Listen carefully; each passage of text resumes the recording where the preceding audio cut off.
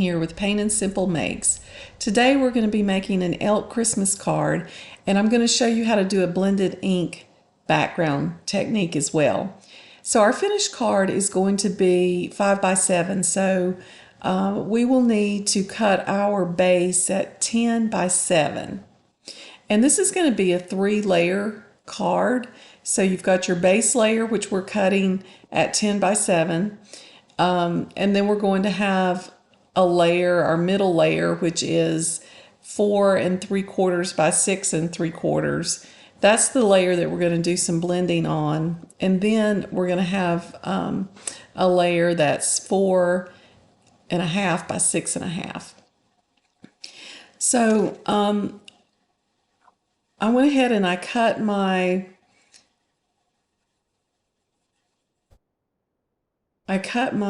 base at 10 1/2 by 7. I've cut and I scored it so that I can fold it and it'll be a 5 by 7. Now take the middle layer that you cut. Now that panel is going to be 4 3/4 by 6 3/4. And you want to place on top of it a stencil. And that stencil basically, I cut mine about the same size, 4 3/4 by 6 3/4, but you need to cut a circle out in the middle, and that circle is 3 1/4 diameter. And so you want to take some blending brushes, excuse me, take some blending brushes, and I'm starting with 3 colors here, but you're going to see that I'll do some experimentation, and that's really what you need to do as well. But you want to load some ink onto your brush, and always start, after loading your brush, always start your movement off the card. And you even see me dab off of the card, and that's so you don't get a harsh line when you start. These are Tim Holtz Distress inks that I'm using here. And really you can choose any colors that you want. I'm trying out a pink and blue and green mix, but you're going to see that I decide that I don't really like that pink, and you'll see that I'm going to make some adjustments to it. But you just want to move your brush in a circular manner. And again, you want to start that motion off of the actual layer that you're blending the ink on. And that's why you see all that ink around that circle on that stencil. And that's because I'm starting my motion off of the actual layer that I'm blending the ink. And that's just to keep from getting these weird and harsh lines. I seem to have something on that brush, so. And you just keep layering the ink on and blending until you get the shade and blend that you like. I am not really feeling that pink up at the top, to be quite honest with you, so I'm going to choose a different color. This one's more of a purple.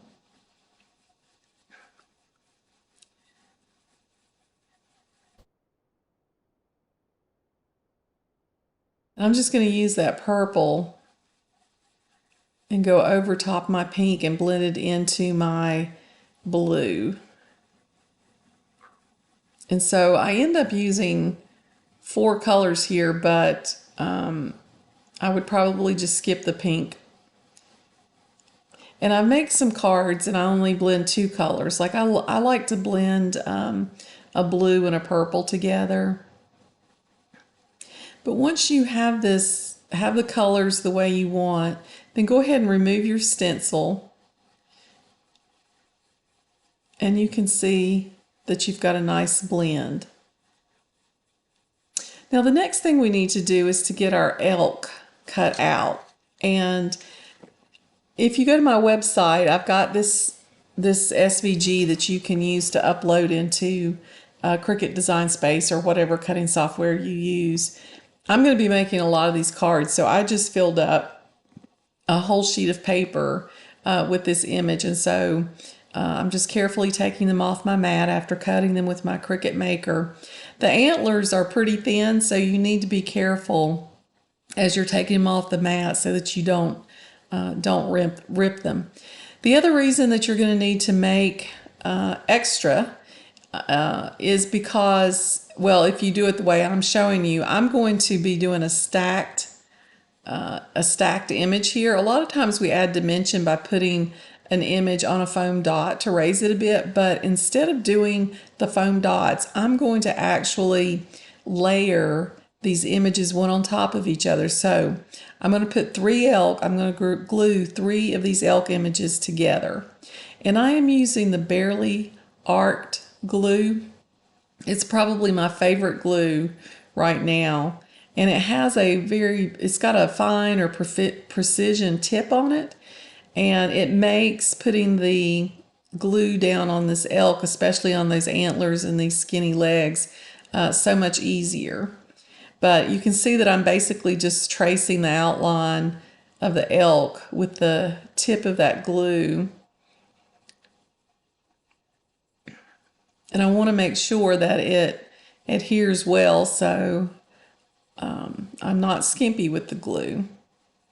I really thought it would be hard to line this elk up, but it really was not that difficult at all.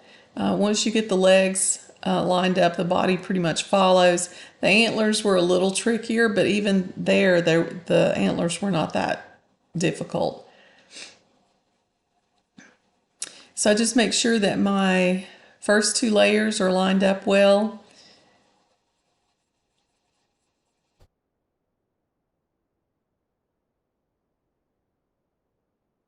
And I'm going to add more glue on top of that layer because we've got one more we need to put on top. So you can see again that I just use that precision tip to outline the elk, and I can get all of those antler pieces.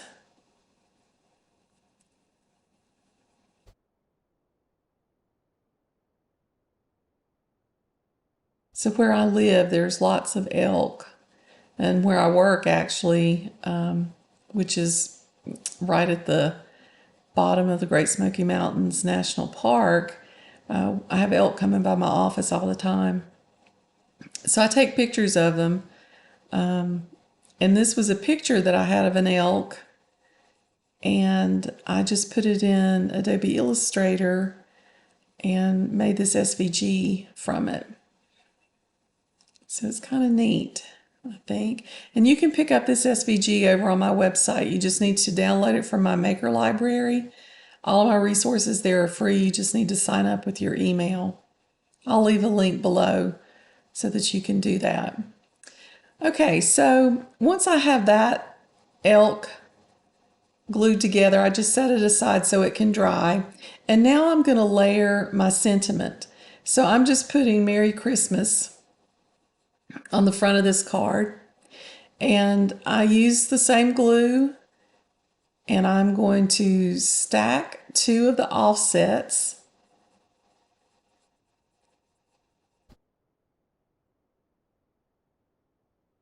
Just aligning those, and then I'm going to add some more glue,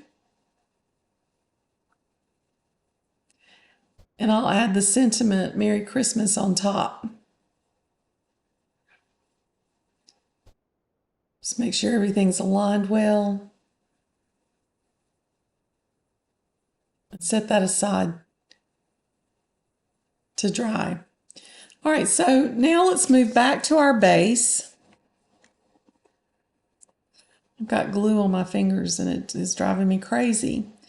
All right, so we're going to put the middle layer, which is that blended ink layer, onto our card base. And again, I'm just using my Barely Arced glue. So I will actually be giving these cards to people this Christmas, and so I want to make sure that they're not going to fall apart because there's it's going to get a little heavy, so I just make sure that there's plenty of glue on this card. I probably should have switched tips instead of using the precision tip, but I didn't. So it took me a little while longer to get that glue over that layer because it's a pretty big layer. So this layer is just slightly smaller than the base card. This year I really wanted to go with like a kind of a clean and simple design, so a lot of white layers and not too much in the way of embellishment. Okay, so that's on there, and now what I need to do is to put my cutout, my circle cutout, on top. So again, I'm just adding glue all the way around so I can get a good adhesion of my layers. And so this is my third layer, and I just want to make sure that it is centered. It's a little bit smaller than the layer we just put down, but I want to make sure that that blended ink circle gets inside the cutout circle. All right, so that looks pretty good. Now the next thing to do is to put our stacked elk on our card. So as I did before, I'm just going to use that precision tip and put glue all over my elk image. I want to make sure that it is glued down well. So again, I'm not skimping on the glue. I hate to make cards and send to someone or give to someone and pieces start to fall off. So I'm kind of particular about my glue and my tape that I use. So I'm going to glue this down so that it is covering the bottom part of my blended ink background. So part of the elk is in that blended ink, and then part of it is below that circle. And we're going to do the same thing for our sentiment. So I'm just going to add that glue. And I'm going to center the sentiment down near the bottom underneath my elk. And so at this point, all I have left to do is to write my note inside and give it to my recipient. I hope you like this card. It's quite easy to make.